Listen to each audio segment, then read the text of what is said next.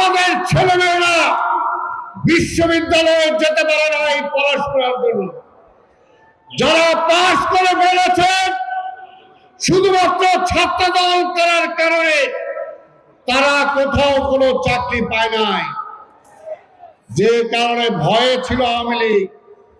আওয়ামী লীগের নেতা ওবায়দুল কাদের বলেছিলেন, যদি এই রকম কোনো পরিবর্তন হয় এক রাত্রে কয়েক লক্ষ লোক মারা যাবে। এবং ঘটনা কিন্তু ঠিক, মারা যেত। আর এত অত্যাচার করার পরে এই যে আমাদের ছাত্র দলের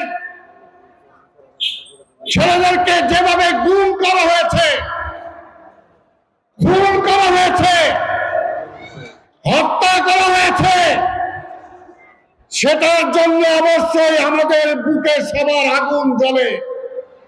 সেই আগুনে আওয়ামী লীগের বাড়িঘর সব জ্বলে যাওয়া উচিত ছিল। কিন্তু আমাদের নেতা তারেক রহমান একটা ঘোষণা দিয়েছেন, এক ঘোষণার মধ্যে বলেছেন আপনার সবকিছু দখল হয়ে গেল, এই মুহূর্তে আপনার কোনো কিছু ফিরিয়ে আনার জন্য যাবেন না, যাতে দেশে উচ্ছৃঙ্খল সৃষ্টি হয়। যে পুলিশ আমার নেতা কর্মীদেরকে গুলি করে মেরেছে, এই পুলিশ যখন থানা ছেড়ে চলে গেছে, এই থানার দায়িত্ব নিয়েছে আমাদের নেতা কর্মীরা। তারপরে ৩-৪ দিন পরে পুলিশদের দায়িত্ব যখন দিয়েছে থানায়, পুলিশ থানায় যাইতে ভয় পায়। আমাদের নেতা কর্মীরা সেই পুলিশ, যে পুলিশ গুলি করে আমাদের কর্মীদের হত্যা করেছে, আমাদেরকে আহত করেছে, এই মির্জা আব্বাসের মিছিলে ৬ থেকে ৭ জনকে হত্যা করেছে, সেই পুলিশদেরকে আমরা পাহারা দিয়েছি। এটাই হলো বিএনপি, এটাই হলো নেতা তারেক রহমান। তার এক নির্দেশে টোটাল দেশ শান্ত হয়ে গেছে।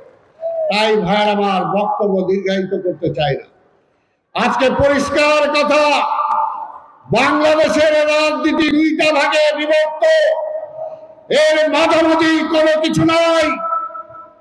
একটা হলো আধিপত্যবাদী ওই ভারতের পক্ষে আওয়ামী লীগের সাথে যারা রাজনীতি করেন, সেই আধিপত্যবাদের পক্ষে রাজনীতির স্রোতধারা। আরেকটি হলো বেগম খালেদা জিয়া তারেক রহমানের নেতৃত্বে বাংলাদেশী জাতীয়তাবাদের রাজনীতির ধারা। এই 2টা ধারার বাইরে কোনো ধারা নাই। তাই পরিষ্কার, আজকের এই বাংলাদেশী জাতীয়তাবাদের রাজনীতি যারা করেন তাদেরকে মেরে ফেলতে চায়। শহীদ রাষ্ট্রপতি জিয়া রহমানকে শহীদ করা হয়েছে, বেগম খালেদা জিয়াকে মেরে ফেলার চেষ্টা করা হয়েছে, আমাদের নেতা তারেক রহমানকে মেরে ফেলার চেষ্টা করা হয়েছে। এখনো বলেন অনেকে, নির্বাচন দিলে তো বিএনপি ক্ষমতায় চলে আসবে, তাহলে এই নির্বাচন কত পিছানো যায়। আগে হাসিনা বলেছিল নির্বাচন কার জন্য দেব, ওই তারেক আইসা দেশ চালাবে সেটার জন্য। কাজে এখানেই ষড়যন্ত্র। যারা নির্বাচন পেছাতে চায়, যারা জনগণের অধিকার জনগণকে ফিরিয়ে দিতে চায়, তারা এই দেশের জন্য রাজনীতি করে না।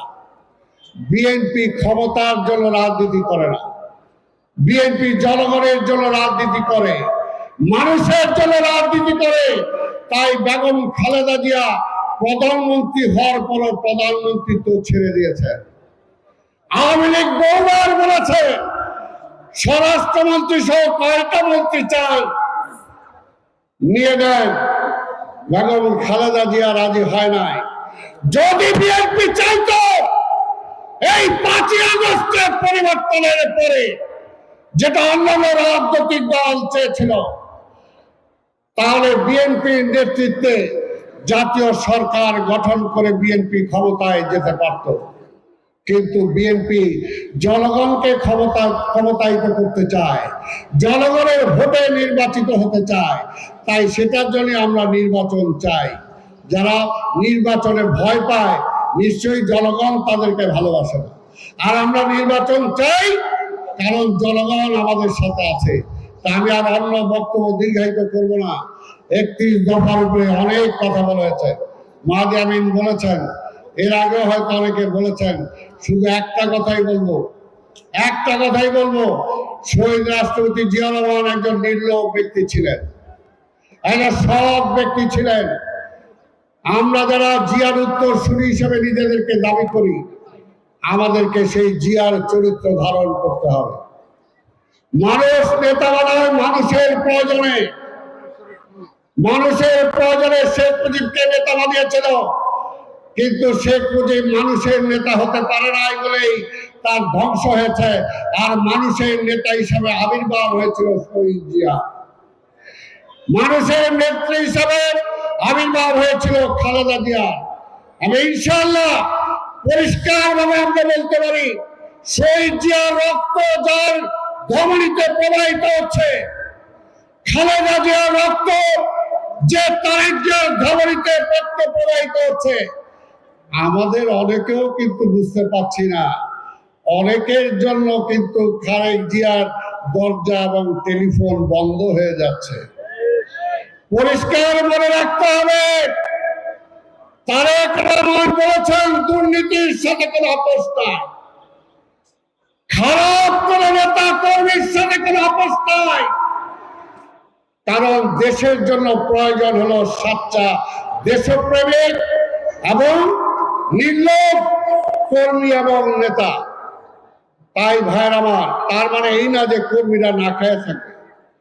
কর্মীরা দল ক্ষমতায় গেলে অবশ্যই আমাদের যে সমস্ত কর্মীরা ব্যবসা হারিয়েছেন, নিয়মতান্ত্রিক ভাবে তাদেরকে ব্যবসা দেওয়া হবে।